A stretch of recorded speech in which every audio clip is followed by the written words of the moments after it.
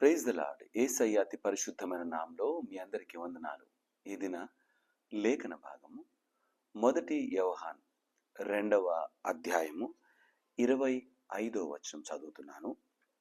నిత్య జీవము అనుగ్రహింతునన్నదియే ఆయన తానే మనకు చేసిన వాగ్దానం.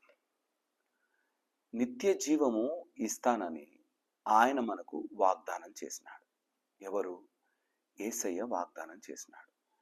ఈ వాగ్దానంలో మనం నిలబెడతాడా అంటే మన నమ్మకత్వాన్ని బట్టి, మన పరిశుద్ధతను బట్టి, దేవుని సన్నిధానంలో నడిచే నడకను బట్టి ఆధారపడి ఉంటుంది. ఆయన ఇవ్వటానికి సిద్ధమే, కానీ అందుకోవడానికి సిద్ధపడే మనసు, సిద్ధపాటు మనలో ఉండాలి. పాలు తేనెలు ప్రవహించే దేశానికి మిమ్మల్ని నడిపిస్తానని వాగ్దానం చేసినాడు. దాసత్యంలో నుండి బయటికి తీసుకొని వచ్చిన ఆ దేవాతి దేవుడు అరణ్యంలో వారికి తోడై ఉన్నాడు.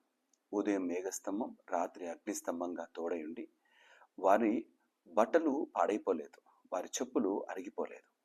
వారి చక్కటి ప్రయాణం చేసి కావలసినవన్నీ అనుగ్రహించి వారికి ఏ వాగ్దానం అయితే ఆయన ఇచ్చి ఉన్నాడో ఆ వాగ్దానాన్ని నెరవేర్చినాడు. అట్టి నమ్మకస్తుడు. ఆయన మాట ఇచ్చి వెనక్కు తీసుకునేవాడు కాడు. ఇటు గొప్ప దేవుడు మన జీవితాల్లో మనకు నిత్య జీవం ఇస్తానని వాగ్దానం చేసిన వాడు ఆ నిత్య జీవం ఇవ్వకుండా వెనుదిరిగేవాడా? అసలు కాదు. ఆయన వాగ్దానం నుండి తప్పిపోయేవాడా? అసలు అది జరగనే జరగదు. కానీ మనమే చాలాసార్లు ఆయన నుండి పొందుకున్న ఈ వాగ్దానాన్ని నిలుపుకోలేని వారముగా అయిపోతున్నామేమో. ఒక స్త్రీ ఆ స్త్రీ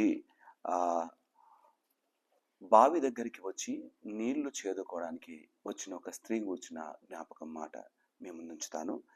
ఆ స్త్రీతో యేసయ్య అన్న మాట నేను జ్ఞాపకం చేస్తున్నాను. నేనిచ్చిన నీళ్లు త్రాగువాడెప్పుడు తప్పికొనడు, నేను వానికిచ్చిన నీళ్లు నిత్య జీవముకై వానిలో ఊరెడు నీటి పొగలా ఉండను. నిత్య జీవాన్ని ఇస్తానన్న మాట ఒక స్త్రీతో చెబుతూ ఉండగా ఆ స్త్రీ ఆ సంభాషణలో యేసయ్య ఎవరో గ్రహించి ఆయన్ను పట్టుకున్నది, ఇంక విడిచిపెట్టలేదు. విశ్వాసంలో నిలబడ్డది, ఇక జారిపడలేదు. మన జీవిత ప్రయాణంలో ఈ వాగ్దానాన్ని పొందుకోవాలంటే మనము కూడా విశ్వాసంలో నిలకడగా నిలబడాలి. వాగ్దానం ఇచ్చిన వాడు నమ్మకంగా నిలబడి మన కొరకు ఎదురు చూస్తున్నాడు. కానీ ఆ వాగ్దానాన్ని మనం అందుకోవడానికి మాత్రం అడుగులు వేసే ప్రయాణం చాలాసార్లు జారి పడిపోతున్నామేమో. మన ప్రయాణంలో విశ్వాసం సన్నగిల్లకుండా ఆయన నిత్య జీవం ఇచ్చే ఆ స్థలములోకి, ఆ నమ్మకమైన జీవితంలోకి మనం చేర్చబడులాగున మన బ్రతుకును నమ్మకంగా దేవుని సన్నిధానంలో విశ్వాసముతో, వాక్యమైన బలముతో, ఆయన కాపుదలతో కట్టుకొని ముందుకు కొనసాగుదాం. అటు నమ్మకమైన శక్తి దేవుడు మనకు అనుగ్రహించును గాక.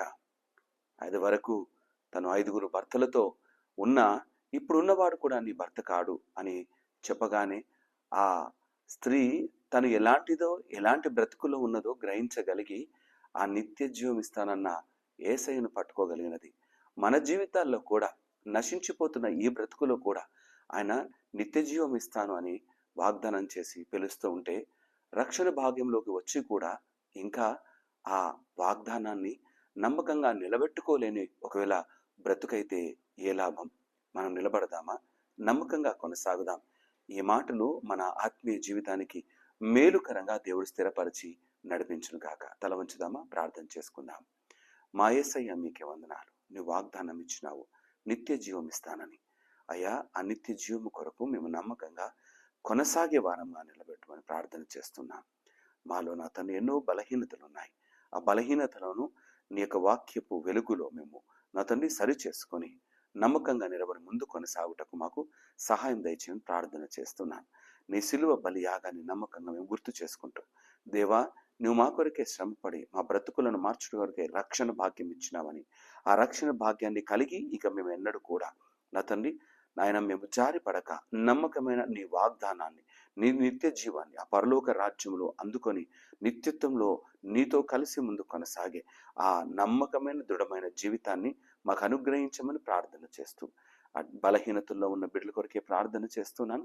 ఆత్మీయమైన బలాన్ని ఈ వాక్కు ద్వారా అందించి నా తండ్రి, పాపమును విడిచి పరిశుద్ధత కలిగి విశ్వాస జీవితంలో నీ వాగ్దానము కొరకే ఎదురు చూసే బిడ్డలుగా నమ్మకంగా విశ్వాస జీవితాన్ని నిలబెట్టి నడిపించమని ప్రార్థన చేస్తూ స్తుతులు చెల్లిస్తూ యేసయ్య అతి పరిశుద్ధమైన నామములో అడిగి ప్రార్థించి వేడుకుంటున్నాం నా తండ్రి.